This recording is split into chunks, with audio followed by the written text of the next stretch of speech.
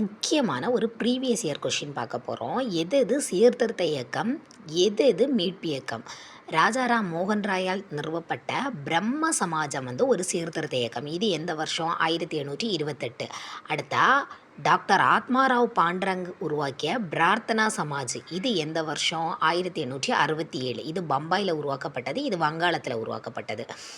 வங்காளம் மீன்ஸ் கல்கத்தா. அடுத்து சையது அகமது கானால் நிறுவப்பட்ட அலிகார் இயக்கம். இது எந்த வருஷம்? 1875. மீட்பு இயக்கம்னு பார்த்தோன்னா ஆரிய சமாஜம். இதுவும் 1875. அடுத்த ராமகிருஷ்ணா இயக்கம், தியோபந்த் இயக்கங்கள்.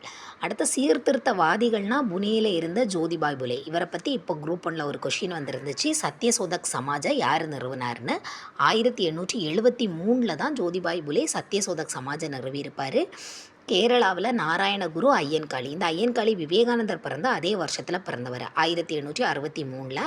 தமிழ்நாட்டில் நமக்கு தெரியும் ராமலிங்க அடிகள், வைகுண்டசாமி, அயோத்திதாசர். இன்னொரு கொஷின் கேட்டாங்க, தமிழ்நாட்டில் இருந்த சீர்திருத்தவாதிகள்லேயே யார் முன்னோடின்னு கேட்டால் அது வைகுண்டசாமி. இவர் தான் ஃபஸ்ட்டு வந்திருப்பார்.